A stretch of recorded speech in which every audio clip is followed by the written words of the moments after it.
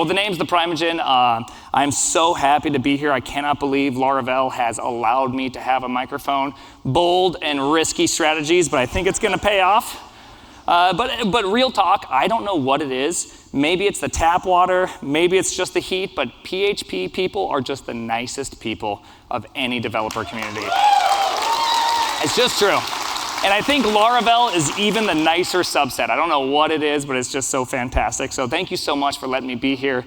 Thank you for letting me talk. I'm extremely grateful for that. And I do want to thank my beautiful wife. She's not watching. She's probably not going to watch this. I don't really like it when she watches my stuff, but thank you, beautiful wife.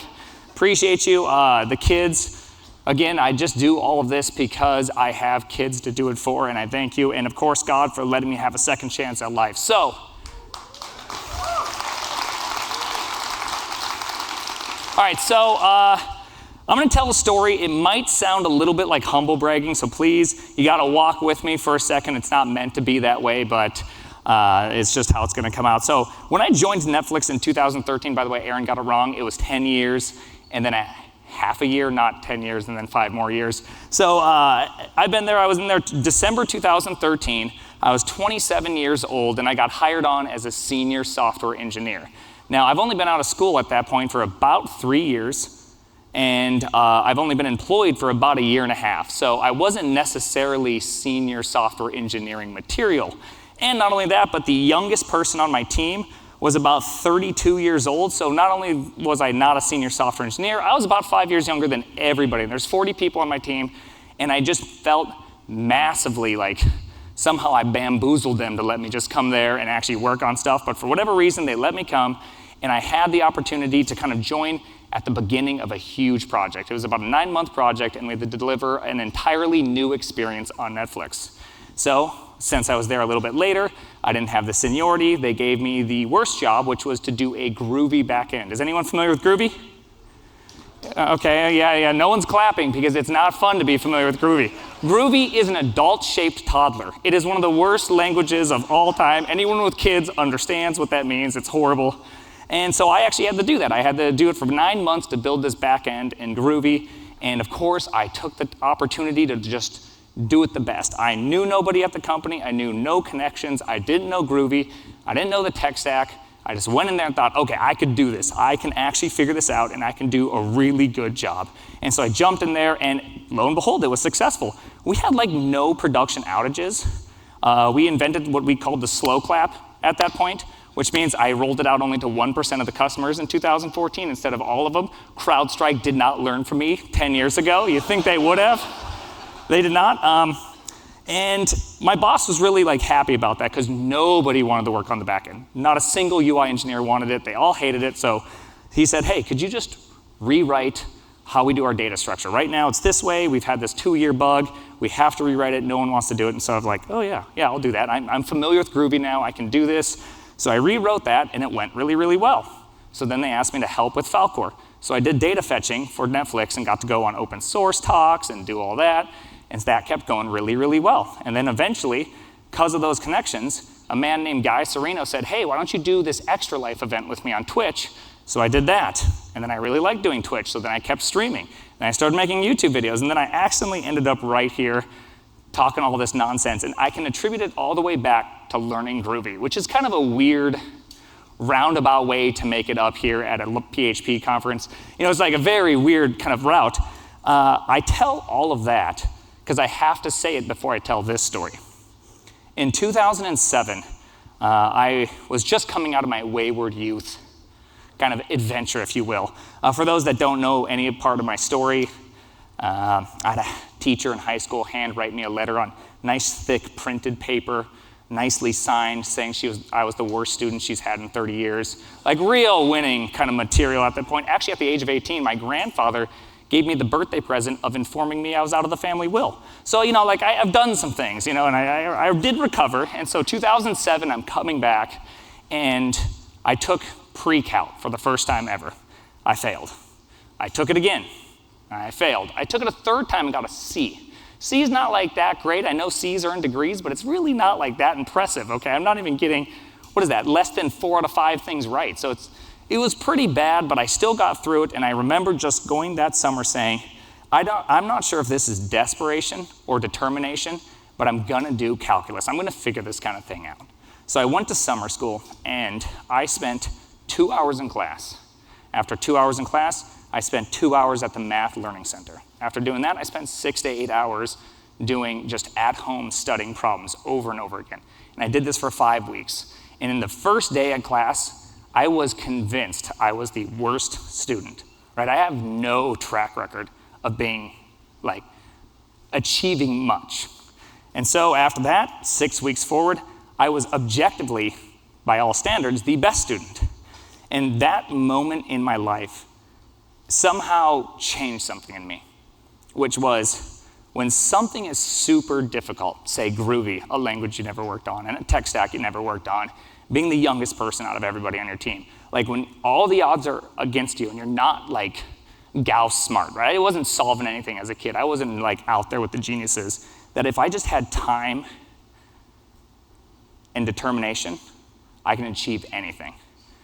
And so many people I meet, I cannot tell you how many individual messages, including like a bunch of you walked up and told me about the messages you've sent me, where you have the same feeling, except for you don't have that hopeful end. You don't know if you can bet on yourself. I am telling you,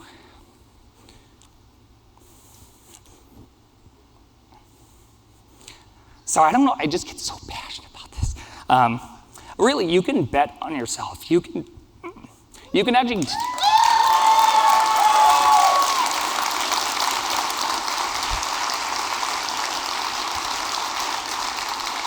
I don't actually cry, I work out, I don't know what's happening right now. But you can actually bet on yourself. You can take the chance, and I urge you, take the chance. You may not be betting on the same circumstances. You may not know what's gonna happen. And I can't tell you if LLMs are gonna take your future, if the job market's gonna improve, if there is a much better job out there on the horizon. I can predict nothing of your future. But I can say with certainty, betting that you can solve something you do not know will pay not just dividends that year or the next year, but for decades. And I also say that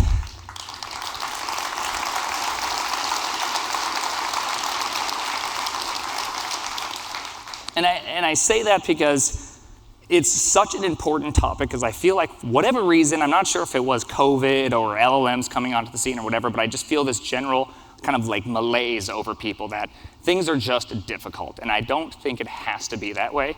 I mean, by necessity, we're all gonna die. We all have an ending. Things will get hard, but I don't know if that's right now.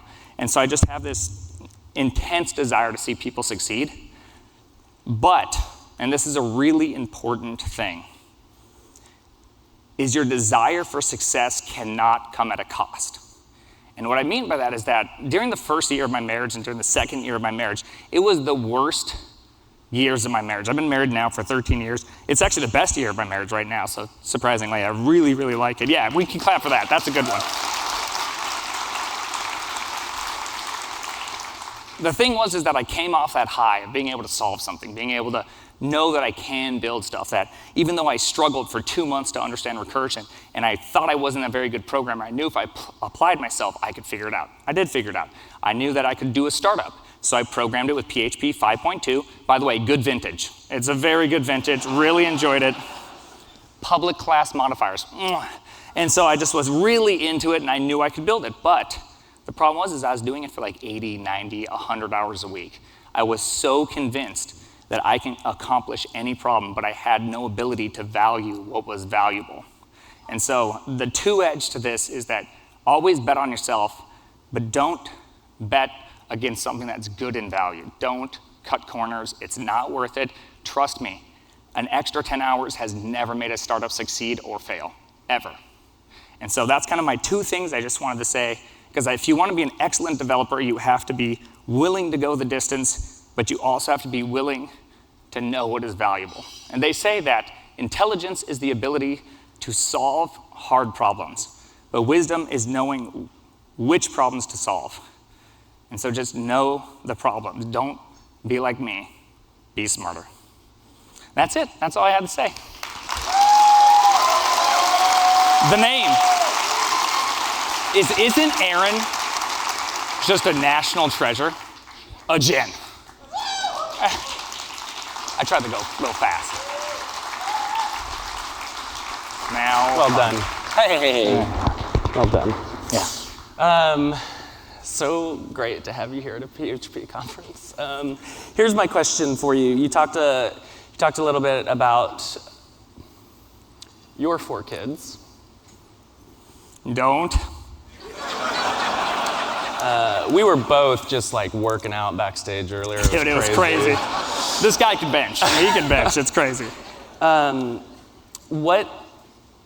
You're gone from Netflix. You're doing so much. What continues to drive you?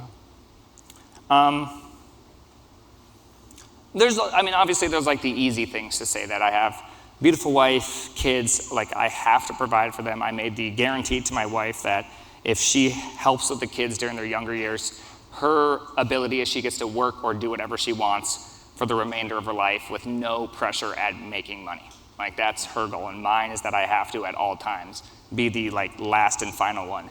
And so that's just like a very obvious thing. And second, I enjoy these things. It's very simple. I really like building. I like discovering how things work. There's something just magical about seeing a problem from a perspective you've never seen before. It just changes how you kind of perceive all the programming. But more so it's the messages. It's the people going, are LLMs going to take my job? Is it actually worth coding? I'm 25. Am I too old to learn to code? Yeah.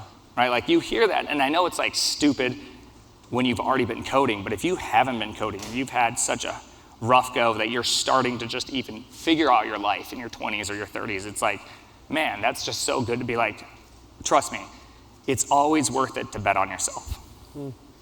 And to the person or people that are listening that say, I want to do what you do, beyond betting on themselves, which I think is maybe the primary first step. Beyond that, what do you say to the person that says, I want to do what that guy does, but I am afraid? So there's a lot of people that get into making content or trying to produce these things and try to put stuff out there, and they get all the analytics and they look at all the things and they go, oh, well, in the first 15 seconds I wasn't precisely, or maybe it's the music, it's all this stuff. And those, yes, they do help to analyze your metrics and do all that stuff, but what people would much rather see is just you doing something you really love. If you can just do that, the thing is there may not be an audience. You might not be able to do anything with it, but there also could be a huge number of people excited to see what you're doing. And so I'd rather try to do the things I want to do the way I want to do them than trying to figure out how to please just that one person and constantly like trying to strive after what I think everybody else wants. Because ultimately I'm gonna get burnt out, I'm gonna get sad, I'm gonna feel dejected. When things don't work out, I'm not gonna be like, oh, dang it, nobody likes me. Instead, it's just like, this is what I like. Does anyone wanna see what I like? We all do. Y'all give it up for the Primeagen.